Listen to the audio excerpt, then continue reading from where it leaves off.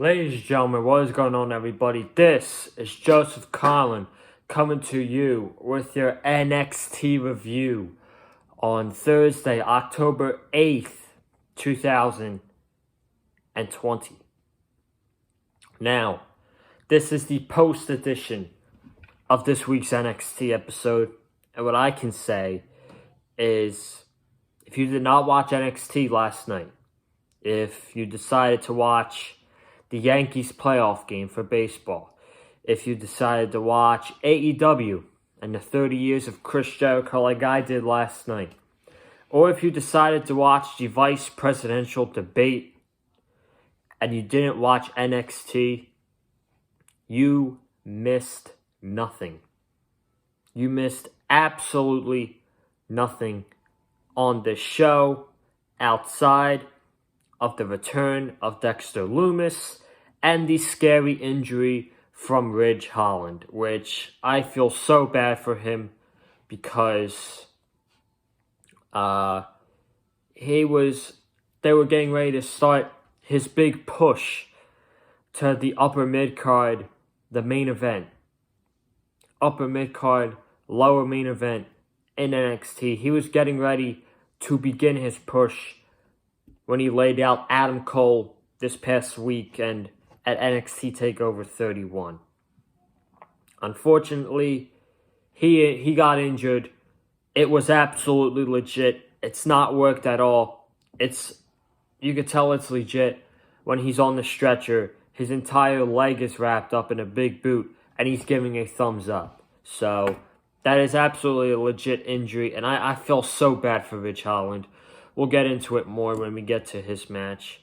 But, let's just get started. If you guys have not already, make sure you check out my NXT TakeOver 31 review from this past Sunday, my Monday Night Raw review from this past Monday, my NFL Week 5 predictions, and last night's AEW Dynamite review talking 30 years of Chris Jericho. And I actually got an announcement for you guys right now.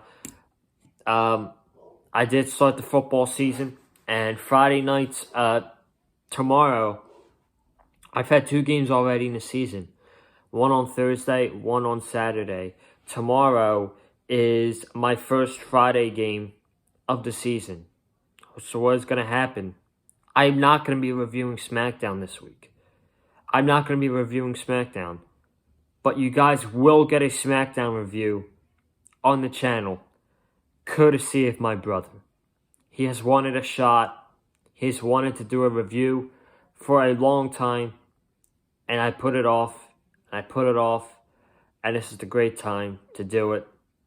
I'm going to give him a shot. And if I like it, then he will continue to do SmackDown reviews for you guys until the football season is over.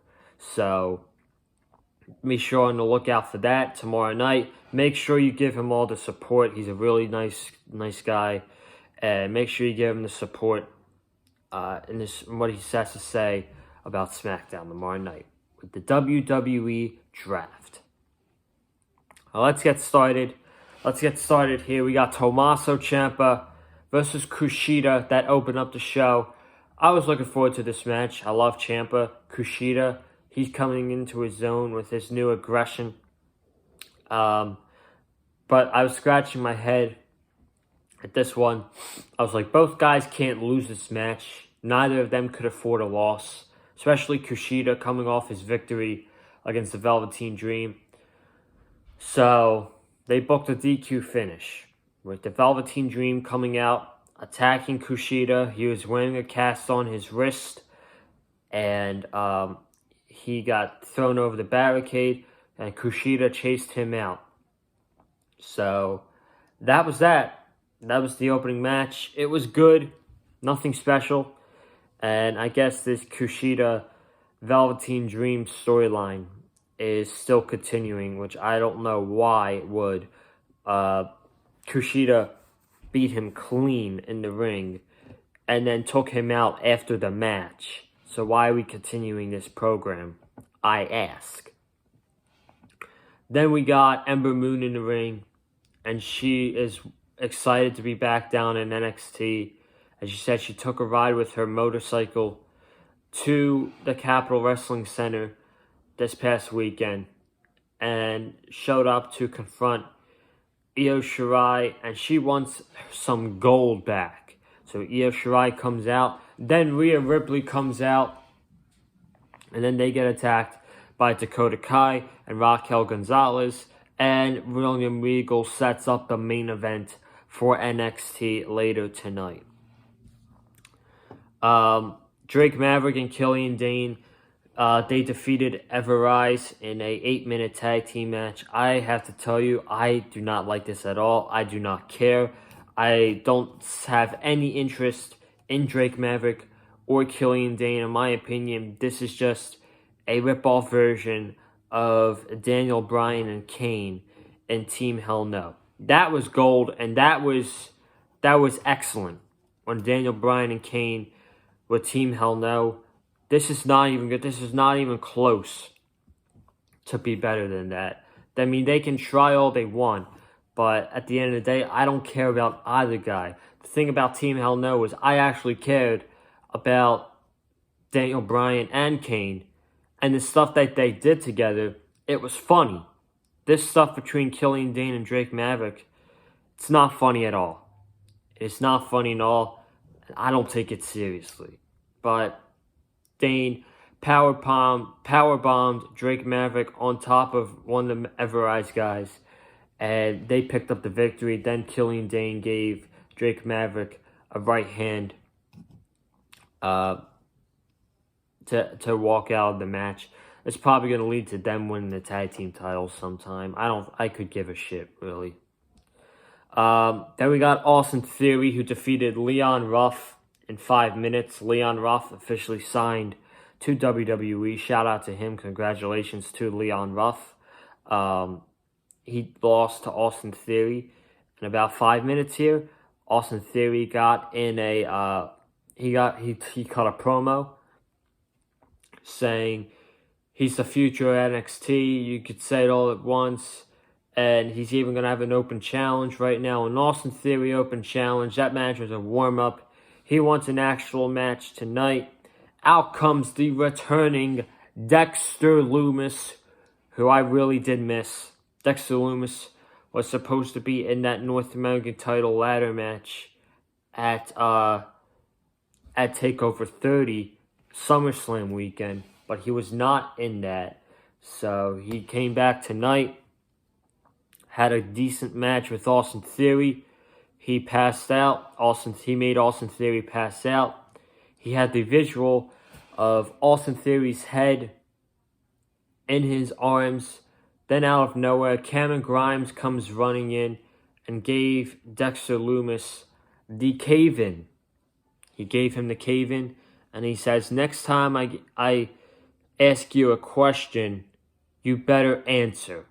So that's all he had to say, and Grimes walked away from Dexter Lumis. So I guess that's a new feud happening here in NXT. Then we got into Danny Birch and Ridge Holland. This was a 3-minute squash. Ridge Holland got the victory. Then Ridge Holland took his boot and he kicked it. He kicked Danny Birch lightly in the head. Danny Birch did not take up to this. He attacked Ridge Holland. They got into a big brawl. Then Oni Lorcan came out and he got into a brawl with them.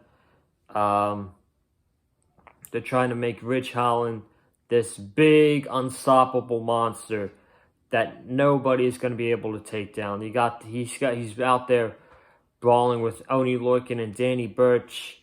You got officials out there telling him to stop. Then Oni Lorcan does a suicide dive. He goes back in the ring. Ridge clotheslines him. Oni Lorcan throws him outside the ring. And then Oni Lorcan just jumps over the top rope, comes down to Ridge Holland. And you can just see Ridge's knee from straight 2 left, and this looked absolutely scary. I was terrified, and we got back from commercial, and we saw a video of Ridge Holland being stretchered out with a big, gigantic boot on his leg, and he gave the thumbs up. This sucks. This absolutely sucks. And I feel bad for Ridge Holland. I really do. He was in for a big push. They were probably going to put him over against Adam Cole at the next takeover. They were probably going to do Ridge Holland going one-on-one with Adam Cole, and Ridge Holland was going to go over. Now, hopefully this is nothing serious, and we do still get that match between Adam Cole and Ridge Holland, but, I mean, it absolutely sucks to be Ridge Holland right now, knowing that you were going to be getting a big push by Triple H, by Shawn Michaels, and then tonight this happens. I feel so bad for Ridge Holland. NXT, man, they cannot catch a break. They really cannot catch a break. Karrion Kross, separated shoulder at TakeOver 30. Had to relinquish the NXT Championship. Tegan Nox suffered an ACL. She's going to be out for a long time. Finn Balor fractured his jaw this past weekend at TakeOver. He's not stripped of the NXT Championship, I think, but they did say in a little promo package tonight that he is going to be out for a period of time. Hopefully not too long. Hopefully by the next TakeOver, Finn Balor is cleared and ready to go. And then tonight with Ridge Holland. Now, we didn't get any updates on the injury of Ridge Holland. Hopefully it's nothing serious, and he just has to recover for a month, and then we could put him right back in there with Adam Cole and put him over. So hopefully nothing bad happens to Ridge in the near future, and I'm saying here that I hope he has a speedy recovery, and I hope that he's okay. We then got into Shouty Blackheart versus Xia Li. Speaking of Shouty Blackheart, like they said on Sunday, she is the host of NXT Halloween Havoc on October 28th. I might be reviewing NXT for you guys on Wednesday night, because they're really hyping up this show, and they're giving it build like AEW did to Fyter Fest. So, I'm telling you, man, if that Halloween Havoc show looks really good, and it's looking good, I could, for the first time in a very long time, be reviewing NXT on a Wednesday night over AEW. So I'll keep you guys updated with that. But Shouty Blackheart versus Xia Li.